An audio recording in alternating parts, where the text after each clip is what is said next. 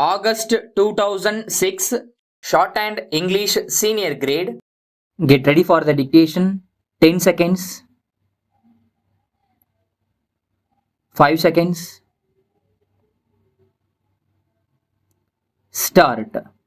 Sir, at the very outset, I would like to express my gratitude to the honorable members who have participated in this debate and who have given concrete suggestions. As the honorable members are well aware, there have been statements both inside and outside the parliament to the effect that a large sum of money due to the government is locked up in litigation. As a matter of fact, it has also been stated in certain circles that the government are sleeping over the matter and that no serious action is being taken to collect those amounts.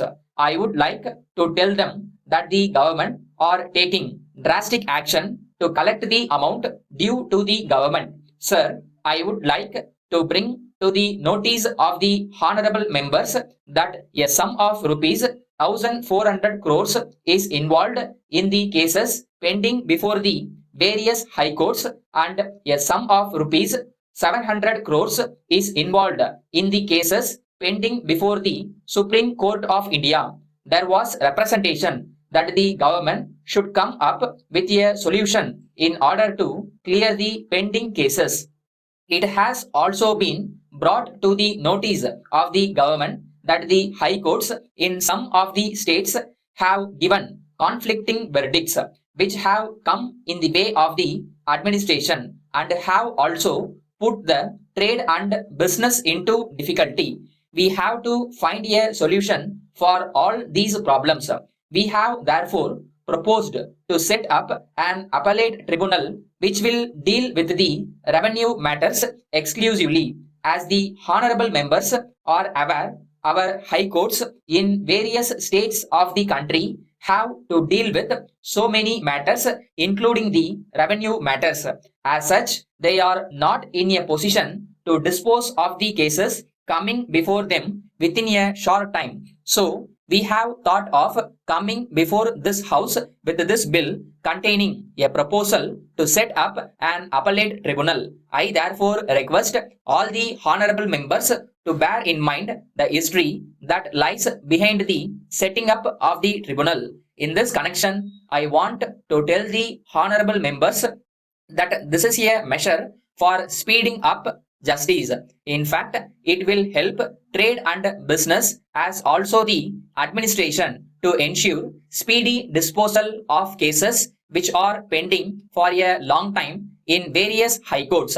Today, the resources have a vital role to play in our economy. They are required for our various developmental activities. As an honorable member rightly pointed out, if revenues which are due to the government and through the government to the nation are held up because of the pending cases before the courts, it will create difficulties.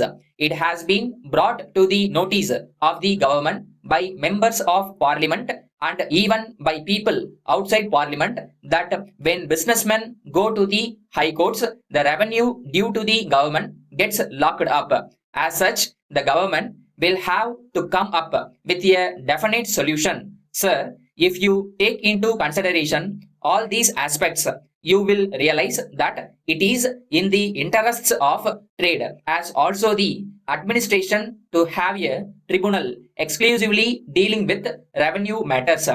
With this objective in mind, we have come up with this bill for setting up a tribunal. I appreciate the concern expressed by an honorable member that we should come up with clear legislation and there should not be any deficiency. I admire this thorough knowledge about constitutional points. I assure him that our law ministry has taken care of this. Letter dated 2nd December 2005 from John and Brothers to Messrs. Smith and Sons, Patel Road, Chennai. Dear sirs, we are in receipt of your letter of 20th November. We invite your attention to our letters in the matter of settlement of our claims for the damages sustained by our goods during transport. You have not replied to our letter asking you to pay the amount due to us. Your local representative delivered the goods in a damaged condition during the month of October, and as you will observe from the certificates, he examined only some items but left the other items unchecked. He also inspected the goods and stated that he would send a report to your company. We had to prepare a list of all damaged goods together with their estimated value and prefer a claim at your local office in Bangalore before sending a notice through our lawyer. Even though we had asked your company to come and inspect the goods within a fortnight, no action has been taken in the matter. In the circumstances, it was presumed that the company had no intention to conduct an inspection of the damaged goods, and therefore, in all fairness, it was hoped that the company had accepted our claim for the damages. In this case, we have insured the goods and it is therefore necessary to survey the damages at once and compensate the loss. Yours faithfully,